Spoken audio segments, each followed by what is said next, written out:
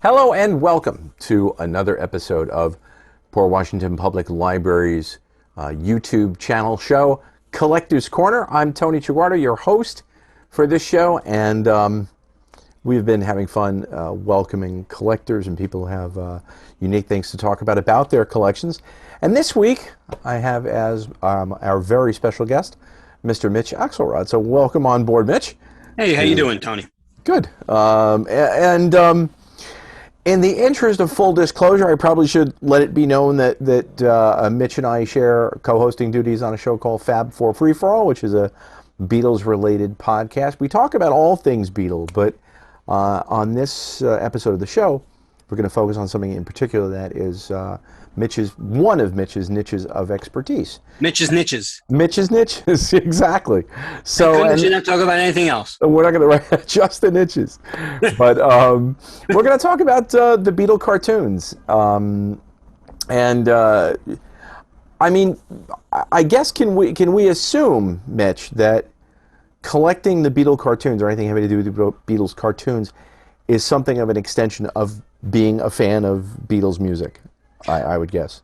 Yeah, of course. But, it's funny because not many people even know about the Beatle cartoons because it's something that the Beatles didn't like. So it was never really highly regarded by them. So collecting, so to speak, is tough because there wasn't much merchandise to go along with it. We could discuss that a little bit later anyway, but there wasn't much merchandise. But obviously, the Beatle cartoons was big in animation history, which we could also get into. But again, collecting is kind of different. It's not like you can go out and get a 45, which was put out by the millions. Right. Right. Anything Beatle cartoon related, there were only maybe 2 or 3 or 4 items, maybe 3, that you could actually go out and collect that were mass produced. So. Okay. But when it comes to from a personal standpoint for yourself, I would imagine you were into the Beatles music before going into the cartoons. So Sure. how did you get into the music to start with? The music, for full disclosure, I'm 58, so I was 2 when the Beatles came over. My mother was a big Beatle fan and sat me in front of the TV for Ed Sullivan, and this is God's honest truth, sat me in front of the TV and made me watch the Sullivan Show with her. And then a year later, the Beatle cartoons were on. And I know most people will say, oh, I don't have any recollection when I was 2 or 3. But I really do remember the Beatle cartoons being on because they were on first run until 67 and repeats until 69. So by that time, I was 5 and then 7. Right. So I definitely have memories of the Beatle cartoons first run being on. Maybe not when I was 3, but a little later on when they were, still in first run on ABC. So yeah, I was into the music like crazy, and what better is there than cartoons for kids with Beatle music? Yeah. I mean, it was perfect, and it's still perfect today. But Beatle music is always great, no matter what. I always say that Beatle music has created has helped me out of a lot of bad times and created a lot of great times. So Yeah, definitely. the cartoons for a kid, especially, gave me a lot of great times. So it was fun. Now, with the cartoons, we recently had a gentleman named Bob Koenig on. We were talking about the cereal box and things like that. And there were things that were available you could send in, the box tops and things like that. Were you starting to collect while the show was still on the air, or you waited till, was that something later in life you went back to and started collecting? Or were you tearing off box tops or things like that to get Beatle cartoon items? Well, a little bit of both. Unfortunately, the Beatle cartoons would have been, they never had anything on cereal boxes, which would have been perfect. Sure. Like I'm sure Bob showed the back of the cereal boxes with the records, Yes. cardboard records. The Beatles never had that. Possibly due to licensing as well, but there were only a couple of things, like I said, that you could, quote, tear off something and send in. So I was drinking Nestle's Quick when I was a kid. Everybody knows Nestle's Quick. Sure. And there were inflatable dolls. Don't get the wrong idea. But there were inflatable dolls that were put out in 1966, and they were put on the back of Nestle's Quick, both chocolate and strawberry. So if you sent in $1 to an address in New York, you can get a set of inflatable dolls, which were 12 inches each. Well, we'll show the image of the dolls right now. People can take a look at the dolls they're and really see what those are all they're about. very true to the cartoon, which is nice. Yeah, You can 15 get inches tall, actually, so they're yeah. not small. No, they really were not. What was good about the dolls? I mean, first of all, you can get them on Nestle's Quick. Right. The funny thing is with that, the container that showed, and I'm sure we'll show a picture of these too as well. Sure. But the container that showed the ad to get them is now worth like $700-800 Wow. alone, more than the dolls. The dolls are worth about a couple of hundred, but the container Wow. itself, because hey, you sent in the wrapper, whatever, or the thing, and you threw out the container quick. Sure. Yeah. So, Sure. who kept the container quick? And if you were really savvy and you saved the strawberry container, that goes for like $1,500. The strawberry quick Wow. the strawberry quick wasn't around, that much. But if you saved it with the Beatle cartoons on it, the inflatable doll ad, that now, like I said, is worth like $1,500. It's ridiculous. But also, That's wild, though. they did a promotion with Lux and Lifebuoy soap. Mhm. And they were on there too. And I think there's like 7 different colors of soaps that you could collect, not collect for the Beatle cartoons, but just the ad is on the box. So again, the box was thrown out. You used the soap, hopefully, and then you threw out the box. No one knew to keep the box for now, like collectors do, but some people did. And I think there's 7 different color boxes with the ads on them. But there was also a really weird commercial, which the Beatles actually just released a few years ago on a DVD for the Ed Sullivan shows. Yes. A commercial for the Beatle dolls. And it shows the guy saying, remember, do you know these? Recognize these? These are the Beatles. And in the background, you hear girls moaning. It's kind of odd. and it was actually, it was for Lifebuoy and Lux soap. And they showed the display and all that. But, and the display itself, which is like a really big display, where you could put individual boxes of soap in it. The display goes for like $4,000, $5,000. Now, were the Lux dolls, were these the cartoon image dolls, or were these same dolls? Same dolls. So these were the same ones that you got from Nestle's Quick. Yeah. And what happened there is that a lot of people didn't mail in. So in the early 70s, you could find these dolls at like amusement park arcades and other places. Wow. It's just top row prize items, basically. Correct. Yeah. Wow. I'll never forget, on Long Island, we had a place called Jolly Roger. Yep. And Adventureland, too. And it was called Adventurers Inn at the time, I think. Yeah. Then became Adventureland. But I'll never forget, we went in Jolly Roger and found the Beatle inflatable dolls as prizes, as well as the for Beatle collectors, the little 1-inch Subuteo in figures, which were really lifelike with the guitars and drums. But they were on a card. But we found them in the early 70s, so they were around only because they were a premium, and so there was always a warehouse find of any premium toy. Not only Beatles, any premium. So that was kind of cool to see. But the inflatable dolls are really nice, and sometimes they leak. Of course. But we're talking about over 50 years old. 50 years old, yeah. But a lot of times they didn't. They were very well made. They weren't cheaply made. So now, do you still have a set of these? Oh yeah, guys? Yeah, I would imagine. Yeah, I also have another George because he leaked and he never got back. Oh, but never inflated, or your no, it does inflate. It just slowly leaks while my George slowly leaks. Oh, my George gently leaks. But the ones that you have, in other words, are considered they're used. They're not new in box. No. They used to come folded up individually in like a little plastic thing. Cellophane, yeah. You know what? Mine are out of that. I blew them up at one point to display them. They're deflated now because the Beatles broke up. But no, but I'm not gonna. I don't have any room to display them anymore. Of course, yeah. Oh, because 15 inches, they take up a lot of room. They do. Yeah, that's cool. They're beautiful though. If you do have a music room and you want to display them, they're really gorgeous because they're very colorful, like the cartoons were. So, if you can seek them out, which they're very easily had on like eBay and other auction Yeah, and you sites. said that they run for about $150 or so. Around 150, 200 if they're in, All right. if they're mint and package, you can get them 250. But still, they're really Yeah, and that's still a fun thing, like you said, to even have as a piece of Beatles related art or something. absolutely. Not that expensive. No. Did when you started collecting in earnest, obviously as an adult, Yeah. but this had to have happened in an era, pre-internet. So Oh, absolutely. what I'm going to ask everyone who appears on the show is that, in those early days, how did you find the connections? How did you get the early pieces in the collection?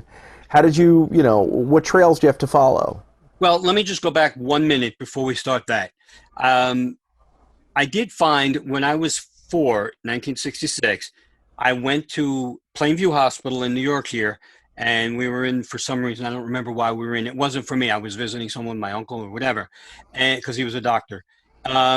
And in the gift shop, there was the Beatles color forms, if people obviously remember color forms. Sure. Those are very, very rare. Those go for 1,500 in mint shape or more. But I collected that at the time. Right, right. Now, do you still have your original set? Yeah. They're not in mint shape, obviously. Of course. You played with them, right? That's what they were there I certainly did. Yeah, I did. That's what they were there for. But your question about pre-internet, there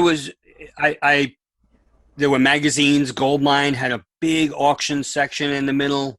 And this is a music magazine or a collector magazine? It's Goldmine is both, actually. Goldmine is a music magazine that in the middle had a marketplace for anything. Okay. Not only music, not Beatles, but everybody. Right. But you could occasionally find Beatle memorabilia dealers in there. You had to go to stores. There was a place called Manquito's Memorabilia in our area. You had to actually seek these things out. There was no, like you said, no internet where you could just type in Beatles on eBay and come up with 148,000 things. Right. Literally, I think there's 250,000 things there. So it actually made it better. And I'll tell you why. Now, if I want to get the Beatle dolls, I can buy them in one shot. Yeah. Back then, the fun is in the hunt. Yeah. That for any collector, I think they'll tell you that. The fun, when you get older and you want to find one last piece, maybe eBay is great. But the hunt, like for records, it's not as easy, was not as easy then. You had to actually go and seek them out and trade with other collectors and absolutely, pen pals. I mean, who even knows what a pen pal is anymore? But you had to actually do that in order to, try to collect things. So that's how it was done pre-internet. And when it came to the Beatles, it was also advantageous because the Beatles were one of the few musical groups that actually had gatherings. That had the fest. Oh, right, you're right. I should have brought that up too. The fest. No, it's okay. Yeah, it was Beatle Fest at the time, and then it changed to the Fest for Beatles fans. But that had a huge marketplace in the beginning, and you could find some really cool stuff there. Now, did you find yourself competing? Were there other collectors who were kind of looking for the same? No. Okay. No. But there weren't many people collecting Beatle cartoon stuff because, again, the Beatles never liked. What about my book then? By the way. Well, your book then. Well, we'll get to the book. Yeah. But anyway, I only mention that because, the Beatles didn't like the cartoons. So again, there was not much memorabilia out there.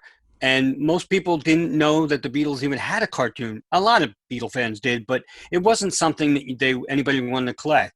So if you found an occasional piece, like a promotional item or a trade item, which I'll show a few of those after, that was like kind of cool, but nobody really collected that because it wasn't in any like collector's book, like a Perry Cox or Rick Rand's books, or Bob Fenwick at the time. It wasn't in their book. The typical stuff like the inflatable dolls would be in there and the color forms and stuff like that. But anything else wasn't in there. So nobody was really seeking it out. So first it was hard to find if you found it. And, nobody was really looking for it. So there wasn't much competition. And we'll get into this a little bit later, but the big difference here is that you're not going to, if you're a fan of the Beatles music, you're not going to be able to go run to the studio and go find yourself an original piece of the master tape, or you're not going to be able to go and find one of the Beatles instruments. But we'll get to the fact that when it comes to following, being a fan of the Beatle cartoons, that's a little bit of a different story. And the rumor has it that you've written a book about such things. Yes, I have. And it's up on the corners here. It is Beatletoons, the real story behind the cartoon Beatles. Right. It took me 6.5 years to write. Right. I'll be honest, I wrote it because, and I really should tell why the collecting of the cartoons is important to me. And it is a serious story. Again, my mother got me into the cartoons, great. And I watched them. It was brilliant. I loved it. I was singing along every week. But my mom and dad broke up in 1970. I was 8 years old. I was lost. My aunt and uncle died in a plane crash in 1971. We moved from Queens, New York, where we were, out to Syosset, Long Island, which was a culture shock because it was the country in the suburbs. We were in Queens, which was not the suburbs. And so it was a culture shock. And I was very close to my uncle as well. So it was a really hard time for me. My parents split. My uncle just died. I also, I feel like we should cue the violins here.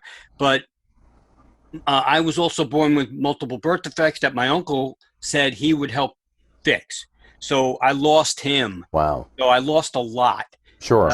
When I came to Syosset in 1971, it took about a year to move us. Well, he died in 71. We moved the next day, but it took a while for me to acclimate.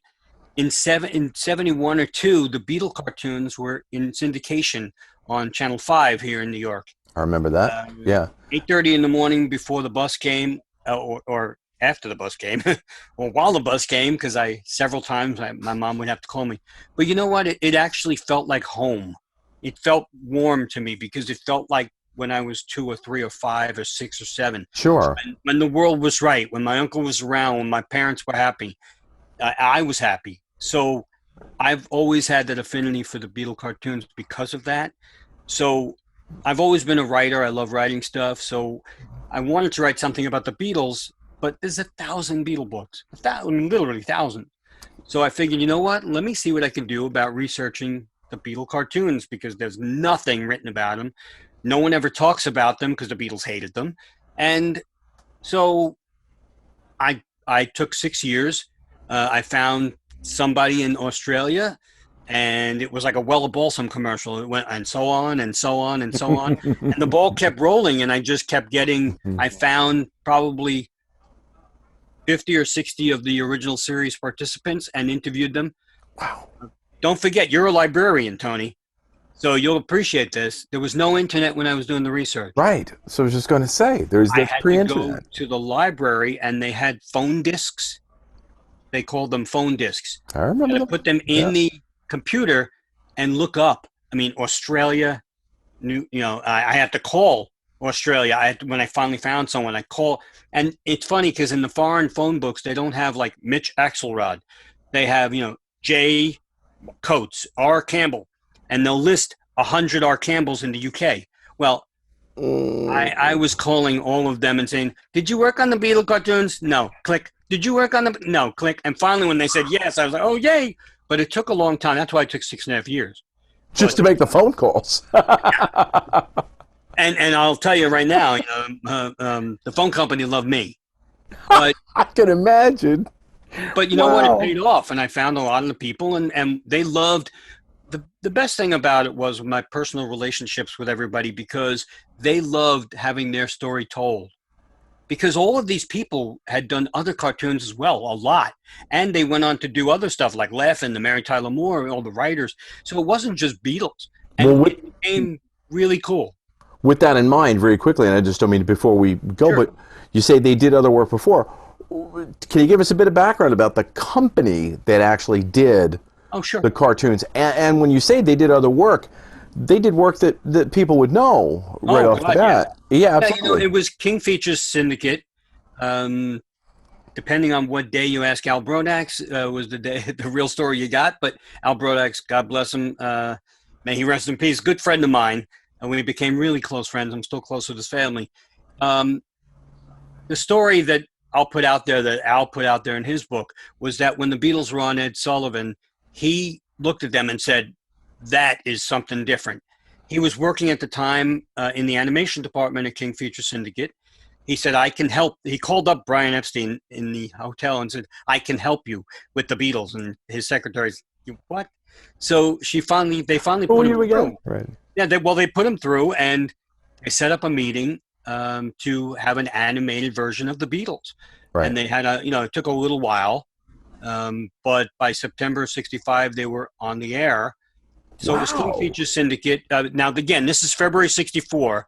There were no computers doing cartoons. But that seems quick to me, actually, a quick turnaround. It was. Really. They hired 4 different studios, one main one in the UK, and they did most of them, but they farmed them out to Australia, Canada, Holland. So there were a lot of studios working on the Beatle cartoons to get them on the air in September '65. Don't forget, they did it also because, just like for Hard Day's Night and Help, they filmed them because they didn't know the Beatles would be hot anymore.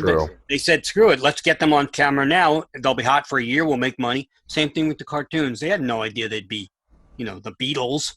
And truth be told, the Beatle cartoons were the first weekly series to feature animated versions of real people by a month, because the Three Stooges also had a cartoon. That's right. That's right. That premiered in October of '65. The Beatles premiered in September.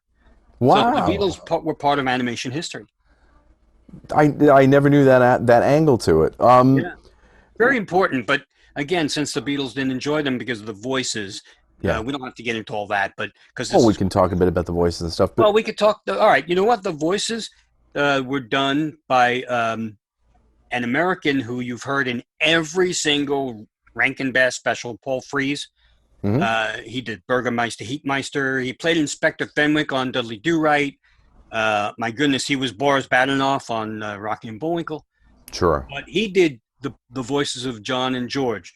Now, John sounded like Rex Harrison, and George sounded like Peter Lorre. It was an Americanized, but it was an Americanized version of Liverpool, a Liverpudlian, and that was done on purpose because Al Brodex felt that the kids in America wouldn't understand a Scouse accent, which I think he's right. But Paul and Ringo were played by Lance Percival. And I think we have actually a picture of him. We do? We'll show a picture of him. Good. This is a photo that you took, actually, right? I took the picture at his home in 1998. He was holding a picture of Ringo. And part of the interview, he actually did Ringo voiced to perfection. It was so freaky hearing him in 1998 do the voice. Lance Percival was also a big star way before the Beatles. He hosted This Is the Week That Was in England.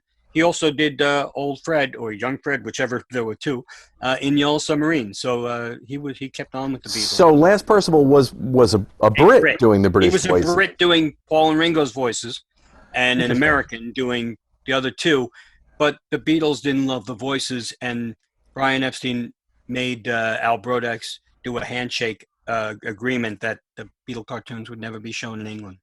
They were later, like when John died, and they showed a few, and then they were on again for a little while, but never, to this day, they've never been released in any form legally. So these cartoons came out, were hits here. Big hits, 52 share. They were beating 52 share. They were beating any cartoon, not only cartoon, they were beating any daytime programming on ABC. I mean, for the first year, definitely. And after that, they started going down a little bit, but because superheroes were and they weren't. But an amazing ratings hit. You're not kidding. So these aired during the regular. We should add that unlike things like the Flintstones, the Jetsons, these aired in the Saturday morning kids cartoon rotations. They were thought to be going. They were actually trade ads showed that they were going to be nighttime. But they decided against it. Ed Vane, who was the ABC director of daytime programming, said, screw nighttime. I'm taking them for Saturday morning because he knew they'd be a hit, especially kids. So he put them on Saturday morning, 9:30 in the morning Eastern on Saturday. And it was huge. It was just huge. It's the Beatles in cartoons, like I said. It was huge. Now, was there any similarity to in the way the Looney Tunes cartoons were always done? there was always a nod to the adults done during the cartoons. Oh Was this yeah, done at all in the Beatles yeah. There was cartoons? there was a lot of puns that you wouldn't, kids couldn't possibly get. Plus, Right. don't forget they were on the last song ever animated for the cartoons was Strawberry Fields. Right? Not even Strawberry Fields Forever because the animators had no idea what the title was. So it literally said Strawberry Fields on the title card. But that was the last song. So you saw the Mop Top singing Strawberry Fields. Little odd in itself. That's But strange. Right. but No mustaches?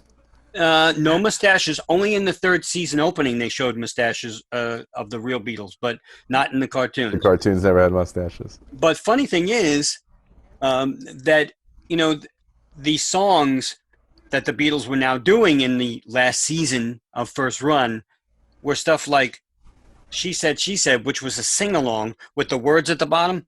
So, 10-year-olds are running around going, Mommy, I know what it's like to be dead. A little odd. And also the merchandising of the cartoons, the Beatles didn't feel they needed a lot of merchandise at that point, Right. to sell the cartoons. Right. They Right. didn't need it. So that's why there were only the inflatable dolls and color forms. And there That's a wasn't. good point, right? You didn't need something to push the product, and if King Features didn't own the rights to any of the merchandising, there was really no point. It wasn't extra money to be made. It wasn't extra coin for them. Well, let me just show you something really kind of cool, if you don't mind. Absolutely. Yeah. This That's is an idea. a magazine called Toys and Novelties from June of '65.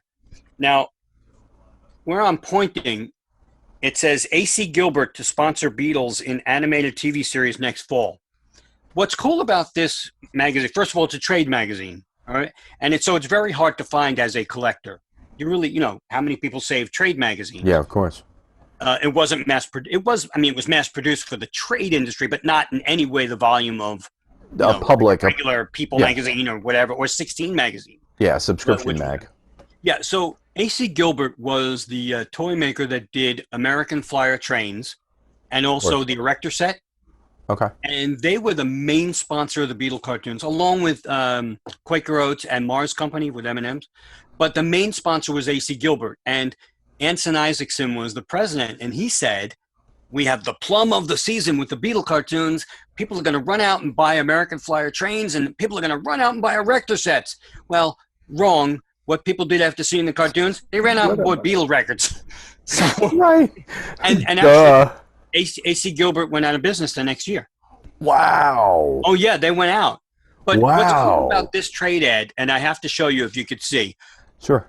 if you're looking at the top corner here or there, you see the Beatle cartoons as they showed on TV. Mhm. This is the way the original Beatle cartoons were supposed to look. Whoa. Very different. Whoa. Yeah. This is a full pull-out ad. It's going to be tough for me to do it, but a full Careful, the too. Beatles on Saturday morning. The Sorry, old Saturday morning TV for A.C. Gilbert, 52 weeks. 52 weeks, and then it folds out like a lot. But You the just cool don't thing damage is- it. Yeah. the cool thing is it's still in there too. But if you look, trying to get it where you can see it at the bottom. Can you see the bottom with the Beatles? No, by the but it's Eiffel okay. Tower? You'd have to bring it up. You can bring it up, cover your face for 1 sec if you want. Nah, we've kind of lost it. Okay. Yeah, Well, but in any case, yeah. that was the way the Beatle cartoons were supposed to look, and Wow, it was that's done by a pretty guy cool. named Joe Calcagno, and the original drawings, and then the animators, the Peter Sander, who was the designer of the actual cartoon characters from the UK in TVC Studios, which we'll mention. He softened them and rounded them to make them more cartoon-like. They were very kind of straight and edgy in that picture. Yeah. Yeah. But they were. He needed to make them a little more cartoon-like. Yeah, so it was Peter cartoon Sander. prototypes, like seeing the early Bugs Bunny Correct. sketches. Same kind of idea. Yeah. So this trade magazine as a collector is really, really tough to find. That's great. Yeah, But it's fun. that's really part of the history, major part of the history.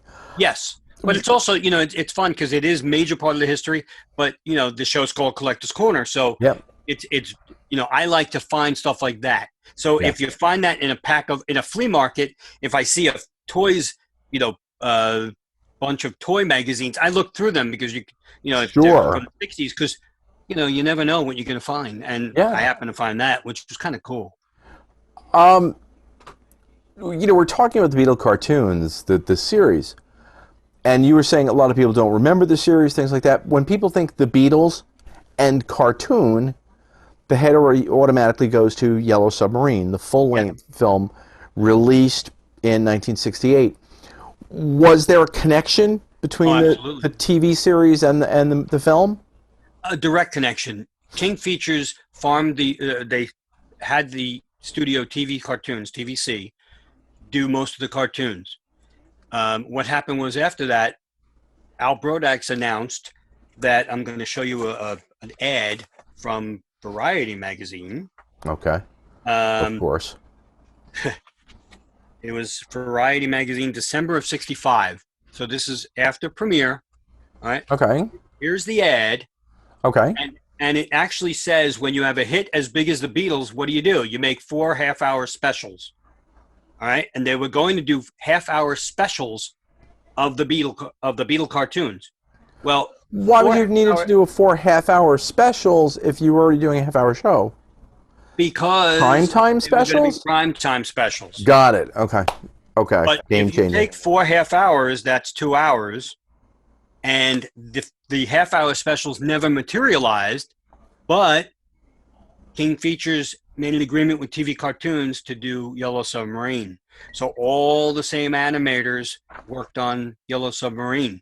So it's TVC was the studio that did Yellow Sub. So the direct connection.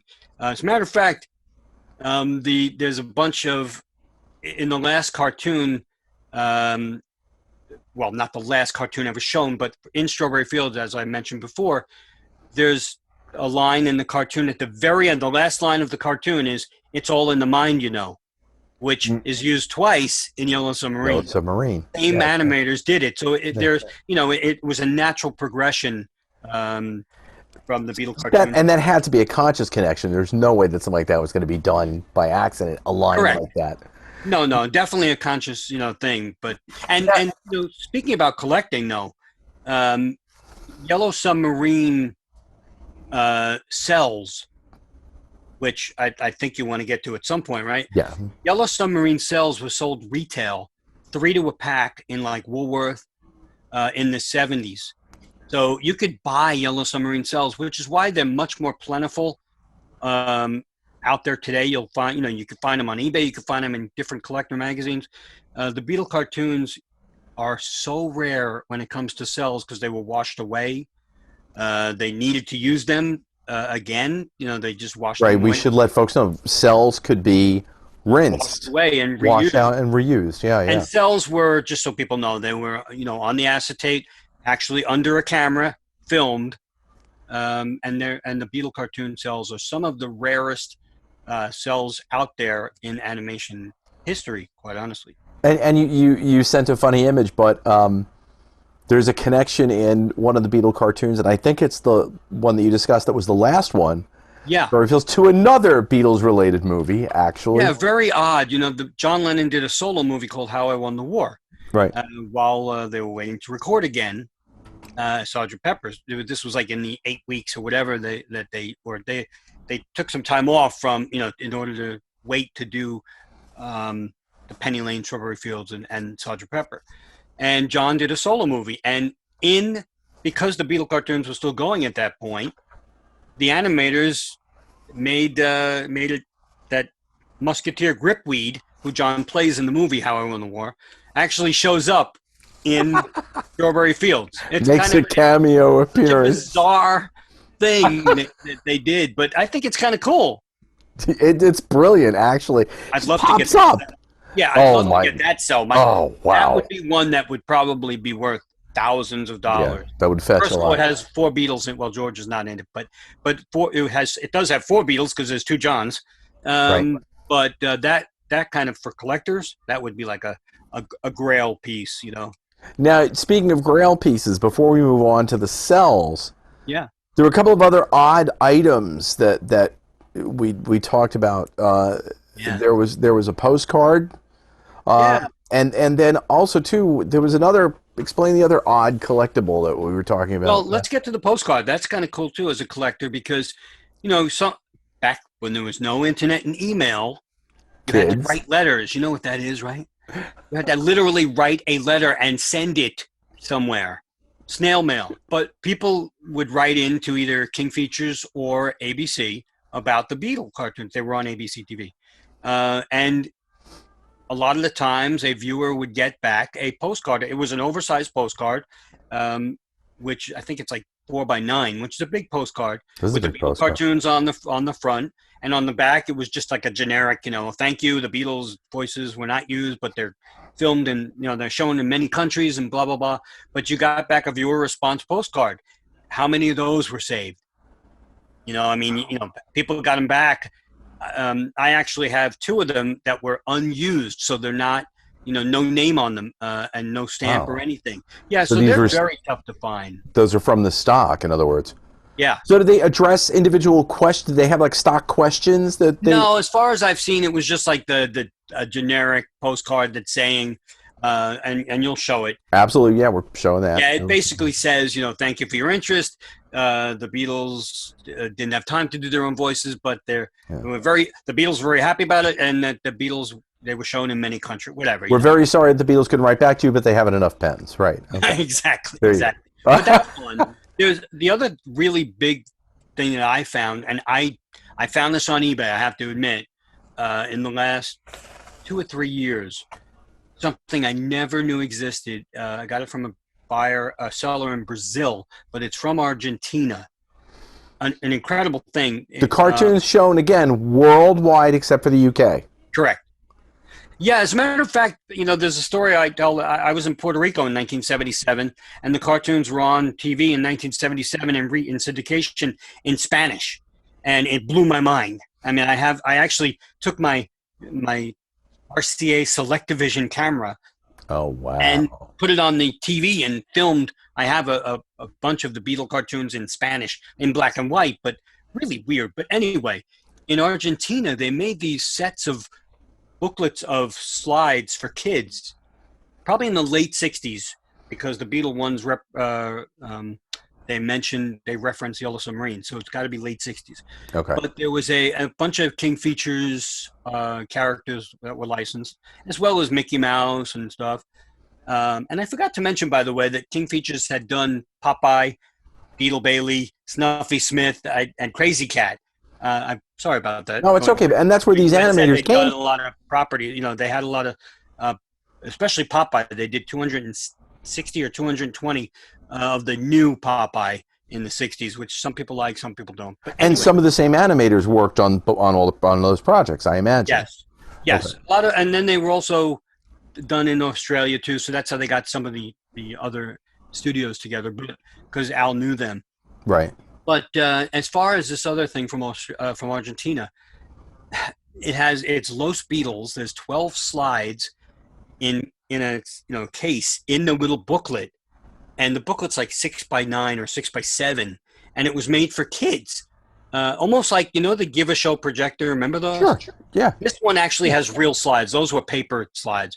This one has real hard slides of the Beatle cartoons, not the right colors on their suits or anything, and George looks like he's wearing little like what do you call it, fuzzy balls on his jacket. It's really weird, but I never knew they existed. And each booklet, no matter which artist, and again it says Los Beatles, even on the slide it says Los Beatles.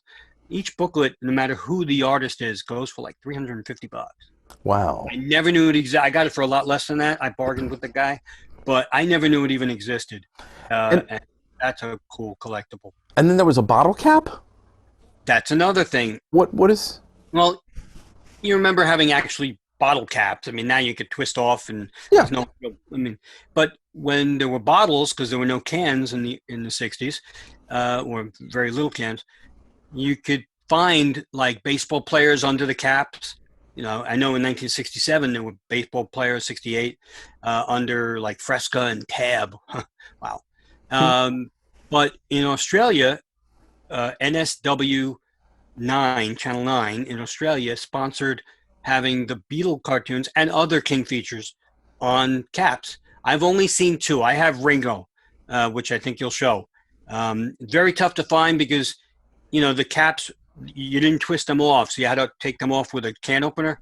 so they always came a little bent. Yeah, they were going to get damaged. And Sure. they would get damaged. You're never going to find perfect ones of them, but unless you broke the bottle somehow, but you couldn't see under, which one you were getting. So Right. I've only ever seen Ringo, which I got. I had a chance to buy George for $14 about 10 years ago, and I didn't buy it because I thought $14 for a cartoon cap was too much.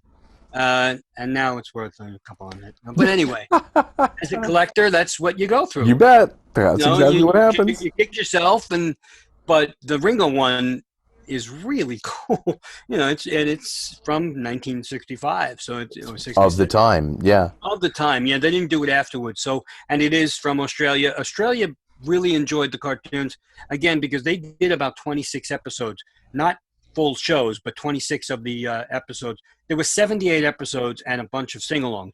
But there were by episodes. You don't mean right. You don't right. I'm sorry. Shorts. Put it that way. Right. Let's call an episode a full show. So an episode is a full half-hour show. There were 2 shorts in each episode. Okay. So Australia did like 26 of the shorts out of the 78. Okay. TV did most of the others, but so Australia did a lot of them. So and they were shown there. So that's why they did a lot of promotion for the cartoons there as well. Now, with multiple studios going on. Yep. With a crunch for time. Yep. Could we say that there was 100% accuracy in all this? No. There had to be. It's animation. So in all animation, they're found in Warner Brothers. They're found in Disney. Disney, you don't find mistakes. You find hidden messages, maybe. Yeah. But were there any interesting little faux pas in that? Yeah, there's a couple that I tell in the book, and we'll also show a couple which are really pretty cool. But a couple I show in the book, one of the animators in Australia decided that if he put in something in one frame, which don't forget, 1 second is 24 frames. Yes. Yeah. So, and there were approximately 8,000 frames in a 5.5 minute short. Right. So if you put in one frame, you're not going to find it unless you have the actual film and you can look at, the film. So one decided that in the Devil in Her Heart episode or short, he was going to put the witch in panties, and he did. Yeah, kind of interesting. That's funny. But the mistakes that I think you're going to show, there was an episode. I keep saying episode. There was a short for "Come Give Me Your Dinah Hand," because don't forget the Beatles were not making a ton of albums in the beginning, so they used album fillers, album cuts, anything they could to put as a short. And I trust, as we said, the cartoon was shown in Germany, so that's even more of a reason for one of the German tracks. Die Liebdig was not made, but Come Give Me Your Dinah Hand was made. I guess also because it leads to a kind of a cool premise in the cartoon about a German dog, that only understood German. So when the Beatles needed help, they called him by saying, "Come, give me a Dinah Hand," because they knew. Yeah, well, don't even ask. But they were in Bavaria, whatever. Right. But in that episode, they're coming down into the town on a trolley, and they're waving. And I've included one shot of them waving, and you'll also see one shot of them waving with no arms. They just left. The arms are gone, which is really kind of cool. But again, they didn't have time to fix them, nor the budget. Sure. Nor the budget. They were, on a strict budget and strict time. So is that catchable with the naked eye, or that's a single frame? You know what? If you know about it now, you see it. You see it. If you can't unsee know about it, you wouldn't even know. Right. Not at all. Right. The other one that's kind of cool is that in the short for "I'm a Loser," John's playing harmonica, and we'll show that a scene where he's playing the harmonica, no problem. And then in one frame, he loses his right arm and left hand. So there's nothing there, and you'll show it. It's again just not there. So I mean, there were other little mistakes where. In Dizzy Miss Lizzy, all 4 Beatles are right-handed. Paul's playing his bass right-handed. Oh, how funny! Animators didn't. And they were usually careful about that. Actually, they were, but there were some things you just couldn't. You couldn't go back and redo. Yeah. It was tough enough because some of the animators had to ask girls who were down in the street who sang what because they just didn't know. So a lot of the times you'll see, if you ever get to see the Beatle cartoons on bootleg or whatever, you can find where John will be talking or George will be talking in Ringo's voice, Paul will be talking in Ringo's, or someone else, because the animators just didn't know. Oops. Yeah, it didn't matter. And actually, it's kind of fun. Of course, yeah. I mean, now. Now we mentioned earlier that to put together one of these cartoons, you had to have the animation cell, you had to have the background, you had to have all those different things. The difference between not being able to go into the recording studio and say, okay, I'm going to grab this reel of, these cells were either rinsed or sometimes they escaped. They got away and stayed intact. So have you been able to track down a few of the cells I have been lucky enough to track down several of the cells. Okay. Funny story about that too. One of the animators told me a story in my book about they had thrown out a bunch of the cells. They didn't wash them. They just threw them out, and they were on Wardour Street, which is Wardour Street, where Jimi Hendrix played in a club there. So there were a lot of girls hanging out on Wardour Street because the studio was right near there. So they threw the cells out. And one day they heard screaming like crazy from outside, fans screaming, and they just looked out and what's going on? Who's there? What? The girls were going through the garbage picking out cartoon cells of the Beatles. And it was just weird. But that's how some of them escaped. So, and some of the animators kept them for their own, for themselves. Right. So I have been able to track down 10 or so. And I've made friends with a lot of the animators over the years, and a lot of them sadly have passed. Yes. And a lot of them considered me to be the keeper of the flame because no one asked them about the Beatle cartoons before. Yeah, of course. So I have two of them that I'm really fond of. One is of John, a nice large cell from I'll Cry Instead. And I've given you the actual cell I have and the place in the cartoon where it's shown, just to show that it's exact. Okay. Those Beautiful. Are really rare. The other one I'm really proud of, I have a Ringo cell and background. Original backgrounds are tough to find from any cartoon. Sure. Especially the 60s. Backgrounds were pieces of art. They weren't just like a drawn cell, which is also art, but the background animators or illustrators had to create a scene for that cell to be on. I was about to say, and the scenes, the background art have multiple cells that pass through it. In other words, right. So that art is not a single snapshot cell. That artwork has multiple cells that go over it. Yeah, but the artwork itself can be exquisite. Absolutely, sure. And, I was lucky enough to find an original background that was done by Lorraine Morgan. Now she's something else, but she was married to one of the animators. She was the background for Canada Studio, and Frank Andrina, who went on to work for Hanna-Barbera, did everything. He did the cell for Ringo from Long Tall Sally short. I have them mounted separately, but I've also shown you in the film for Long Tall Sally where Ringo the cell is from. Where it appears. So it's kind of cool when you could actually pull up that one to because there's a lot of deceptions out there at a lot of the Beatle Fest. They were selling cells that were made, not real, and so there's like in any industry, there's a lot of bootlegs out there, a lot of copies. Let the collector beware. In other words, in that absolutely respect. Collector beware. One of my jobs, unofficial jobs, is to authenticate. I don't like doing it because I could be wrong. And don't forget, 8,000 cells, could not 8,000 cells, but if you have 8,000 frames, there could be 1,000 cells. So I could definitely be wrong. One could be moving this way, that way, and you don't catch it quick. So I don't like authenticating, but unfortunately, over the years, people have come to me and say, I just bought this Beatle cartoon cell for $2,100, and isn't that a great deal? And I have to tell them it's crap. It's wow. And but you know what? For obvious reasons. Yeah. So obvious. When the colors are off, the animators all had to follow a model sheet, and the model sheet also, the ink and painters had to follow color schemes. You Sure. can't make the Beatles Sure. suits different colors. They were purple and blue. Sure. That's Sure. it. Or blue and blue, whatever they were. And Ringo's drums were red. And you can't, you cannot deviate. I mean, there was one studio that did a little bit, but nothing, you really can't. And if you don't know that that's the colors and you buy John with black pants, well, then shame on you.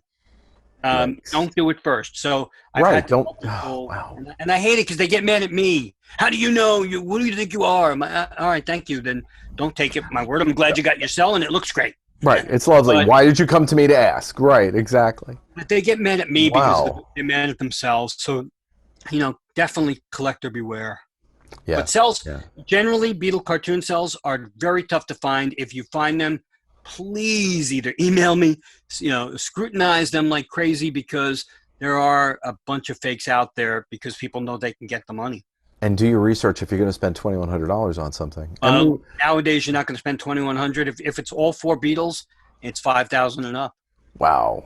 If Now, it's one Beetle, it could go from $700 to $1,500. Depends on the Beetle, and again, depends on the size. As you've seen with the John that I showed you, it's pretty much a full cell. Yeah. So that would be $1,500 and up, right. even though it's one Beetle, but it's a very large image. Yes.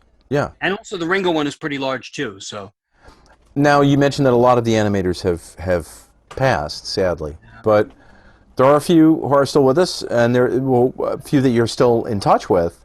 yeah, Including, and again, interest of full disclosure, we had him as a guest on our show, is Ron Campbell.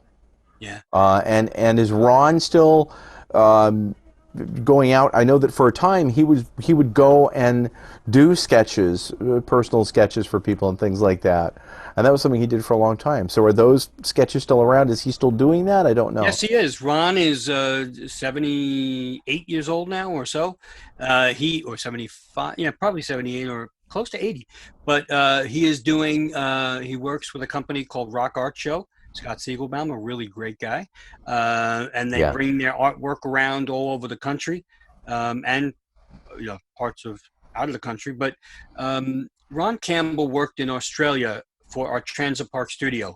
He did the Beatles. He did prior to the Beatles as well. He did Cool McCool and other animated series. If I'm not mistaken, he did the Jetsons or something like that, didn't he? Listen, after the Beatles, he did the Jetsons, the Flintstones, Scooby-Doo, the Rugrats. A lot of the Rugrats. Yeah, the Rugrats is big too. Don't forget they were huge. But Ron did everything. Actually, Ron did one of the first year of animations for Sesame Street. So those are brilliant. Another big. He won a Peabody Award for the Big Blue Marble. Wow. Blue Marble. Okay. Ron has done tens and I won't say hundreds, but many animation series, and his artwork is unbelievable, and he still draws extremely well. And he was also one of the he became an American citizen, and he and his friend Dwayne Crowther, rest in peace, were two Americans to work on Yellow Submarine, picked by Al Brodax. They worked. Oh, interesting. They did about 12 minutes in the Sea of Time. You may not think that's so much, but the movie's 88 minutes. I was just about to say that 12 minutes in an 88-minute film is a lot, and that's a lot of cells. A lot of cells. Yeah, he worked on that, but he worked on a bunch of the Beatle cartoons, and he's a very good friend of mine. He was one of the first people to respond. Yeah. When he wrote the foreword to my book. I'm still in touch with him. I'm still in touch with as many as I can. There's a bunch in the UK that are still alive. But it's so sad because every few months I'll hear, this one passed. Oh, this one passed. Well, you're looking at a program that's going on how old now? It's 50. Well, it's 55 years. 55 years old, yeah. September, 55 years old. Right, and some of these folks, this was not the first projects they were working on in their careers. Right. So even if they were 20, they're 75. They were not 20. Some of them were 40. So you're talking gone. Now, you talked a bit about the Beatles not really liking it and things like that. Did the Beatles make any connection to the cartoons at all? This should be the last things that we're talking about. But did they acknowledge them? Did they do anything with the They did. Again, the Beatles didn't like the cartoons. That's why they're not released. But there was one item in the UK, especially, which is kind of weird. Um, the UK program for the 1965 UK Winter Tour, or 1965 tour, actually, Okay. um, had the Beatle cartoons on the cover of the concert program. Very strange for a group that didn't like the cartoons And that and Brian had made them have the handshake agreement not to show not them to be in the UK. shown. But Well, right. If the problem was the voices, the image was okay. Who right, knows? and because the images were cute, they Yeah. look like the Beatles. Yeah. But Cute enough. Yeah. I Definitely. actually don't have an original program. I have a um, counterfeit program that was done in the Reproduction. '70s, though. The program's kind of really cool because it's a nice program with the Beatle cartoons on the cover and with a baby blue background, which is stark. You see the cover, but also inside there's a poster, not of the Beatle cartoons, but a really cool poster of the Beatles, 4 individual heads. So if you find an original concert, they usually go around at least $200, 150 to 200 and up. So they're expensive, but you can get the knockoffs, 35, 50, 75. But just beware if it sounds too good to be true It. for as a collector, it usually is. Yep. And with these programs, I'm telling you right now, kids and adults, when you find the program, you will know you have a counterfeit, even though they look incredible. They're Mhm. really close to you can never tell, except if John's pants are black, that's a counterfeit program. You. John's pants must be purple for an original program. There's Which, never been a case where it's been the opposite. So if you have a black pants John, it's unfortunately not. you have a later version of and not an original one, but still they're really cool and they're really good. They're tough to collect. So even the ones done in the '70s are nice to have. And it's funny too because you mentioned John with black pants earlier with the fake, with a fake cell. Yeah, Like you yeah. say, that's the way to tell with the program. I wanted Uh, to show you something else that's kind of oh, cool. sure. What is This is that? a TV guide from Argentina. Wow. Canal TV. These are I had to pay like $40 for this, $50 for this because it's not in the greatest of shape. It's a little dirty, but But look at that though. That's the cartoon, the series on the cover. on the cover from 1966, it's very it says the premier magazine of TV in Australia, Argentina. It's tough to find, and for a collector to find something like this is it's the thrill of the hunt. Sure. So Never. I wanted to get that in there before Yeah. it's just really cool stuff. There's another piece that I need to mention. Mexico, of all places, did little like squeeze toys, almost like for your dog, where you heard like the sound when you squeezed it. Yeah. Yeah, not like that, but that's Charlie Callis. That's the Charlie When you Callis squeeze squeeze the toy. Beatles, you get Charlie Callis. Yeah, Yeah. it's very No, unusual. but Mexico did two Beatles, only two Beatles, Paul and Ringo. Don't forget when the Beatles first came over to America, collectors got a lot of things that were just Paul and Ringo. Yes. Doki toys were just Paul and Ringo. Paul and Ringo happened to be the two most popular Beatles when they came over. So Mexico did these plastic squeeze toys, incredibly hard to find. And Ringo looks more like the cartoon character than Paul does. Paul doesn't really look like the cartoon character at all, but it does say King Features on the back. Those are really tough to find as a collector. If you can find those two, they go for at least $200 and up each. Now, again, going into a very, very technical side of it from a Yep. financial standpoint, NEMS or CellTab had so much of the licensing, the Beatles Yeah, this was not licensing. NEMS or CellTab. So, did that have to be exceptions made for King Features to be able to do a product, No, or King Features actually owned the cartoons at the time. they And did? everything, So they could use the Beatles likeness, and it yes, was accepted from the marketing yes. aspect. The thing in 1995, the Beatles bought back Yellow Submarine from King Features, or bought Yellow Submarine from Suba Films, bought it Okay. from King Features, and the Beatle cartoons were a throw-in. Yeah, Wow. they threw them in. So Apple now owns, um, obviously Yellow Submarine, but the cartoons as well. Um, which is why I don't think we're ever going to get to see them. They do license Interesting. the image. They have in the past 10, 15 years Yes. Yeah. licensed the cartoon image a lot. Yeah. I've seen those. But Sure. you're not, yeah, I don't think you're, as of this taping, I don't think you're going to see them out DVD wise unless I help them with a best of, because I've told them many times I can help you. Again, the cartoons were sometimes not politically correct, especially when Sure. they were done in Australia. Sure. The Australians were having trouble at the time with Japan, so they made the Japanese people, Dr. Aso and very stereotypical stuff. There were also Yeah. Jim Crow laws going on. Yeah. So a lot of the Beatle cartoons were not PC, but there were plenty that I could pick out for a good best of DVD easy that were just good That pure would fun. work. Yeah, that would So work. hopefully. Yeah.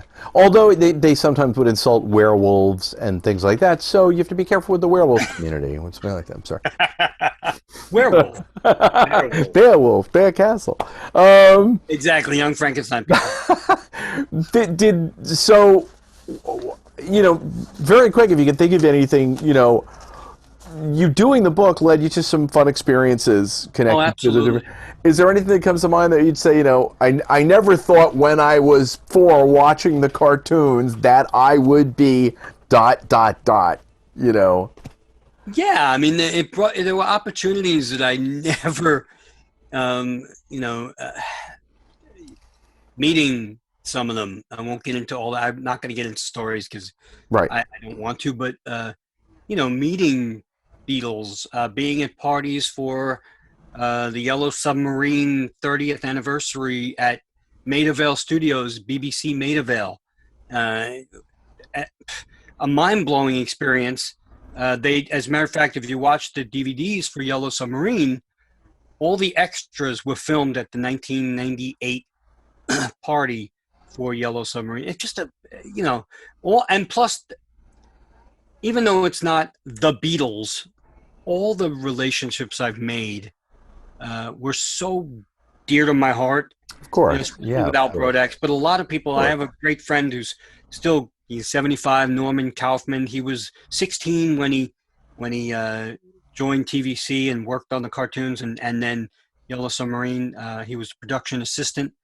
There are a lot of things a lot of experiences that I never knew I would have when I was 4 years old watching. Sure. Watching the cartoons. But also as a collector, finding Beatle cartoon films on 16 millimeter. Yes. That's very tough to find. Phenomenal. And I had to do that. There was a magazine called Big Reel, Reel, a collector's magazine. Well, because this crosses over now from, not just Beatles. This crosses over, and we should have stressed that early in the episode.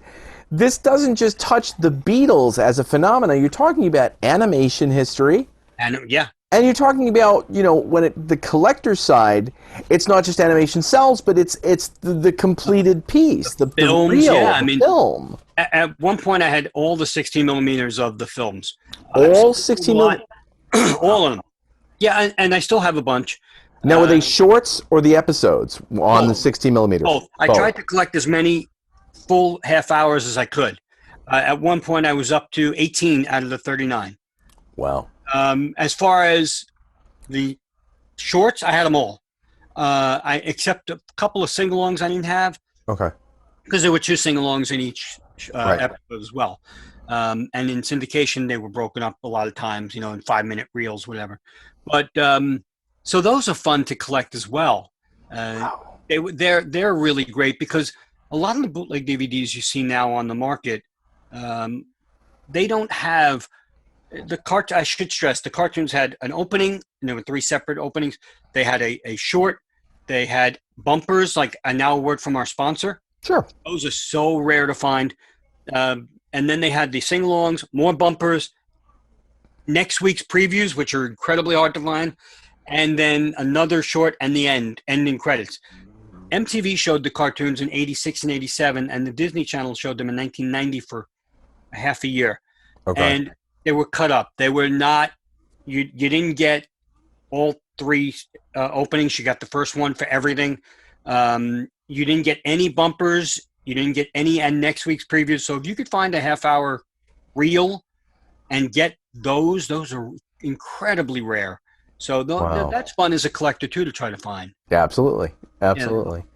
Well, I mean, anything else in closing that we talk about? I mean, it's the It's I look for anything unusual. yeah, So yeah.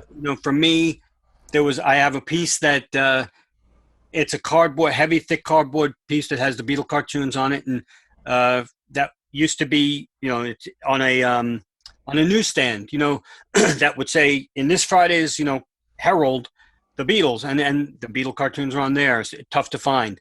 I don't even know which paper because the Herald is in UK and Ireland, Yeah, right. Australia. It could be a Right. Herald everywhere. Upstate New York, there's a Herald everywhere. Yeah, but Right. anything unusual, I have a full storyboard, which is 32 pages of the drawings that King Features presented to the studios.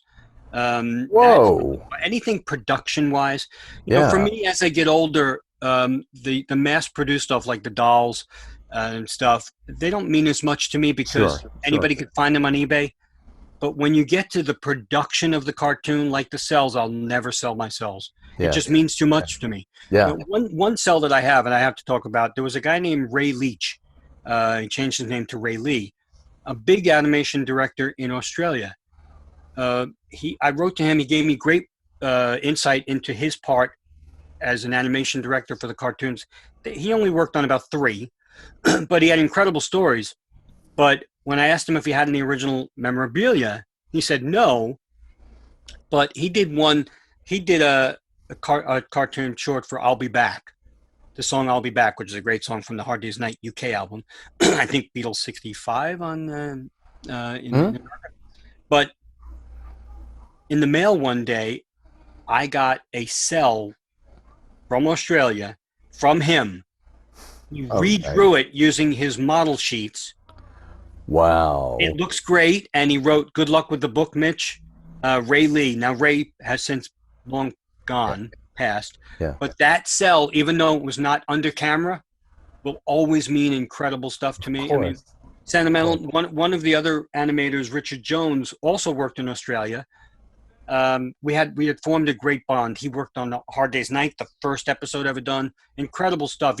Great insight, and he gave me. He had Polaroids of cells that he had. He didn't want to give me the cells, but Yeah. or sell me the cells because he wanted them for his kids, Of course. uh, which is understandable. But I was having some surgery on my hip, and he sent me a card that had I have it all 4 Beatles cartoons, and he said we hope your surgery is hip or whatever whatever it is, but it's in my book too. But stuff like that will mean more to me than Of course, of course. Well, it came personal. full circle, right? It became, it went from something that you were watching as as a little And kid on collecting, screen, and collecting to full circle. That it's sort of it's now coming to you, which is a very very cool. cool. I have Yeah, all the letters. that's As a matter great. of fact, there's a great animation person in the industry, one of the biggest known names, Jerry Beck. I Yeah, went to him because he did Warner Brothers. I mean, sure. everything. Jerry's a really super guy. I went to him and asked him, what can I do with these? I have tapes of all these animators who have passed, talking about their experiences, not only on the Beatle cartoons, but other stuff, Sure. writers and production people. And he said, we should archive them in some sort of museum, because a lot of Yeah. these people are well known by everybody, and not just Beatle fans. And most of them are not even known by Beatle fans until they got my Yeah. book. But Yeah. still, these people were big in the animation industry, and young animators can listen to to them. So I'm thinking about doing that and sending a lot of the cassette tapes over to Jerry to possibly archive in the next Yeah, yeah. Jerry Beck, if I'm not mistaken, co-wrote that brilliant Looney Tunes book. Oh, absolutely. Well, yeah. I mean, and there He's has so well respected in the industry. It's not even funny. yeah, and there has to be a museum of animation at this point, I would imagine, Yeah, that they could get to. yeah, Well, this has been a lot of fun, and I'm yeah. sure enlightening for any Beatles fans or fans of animation.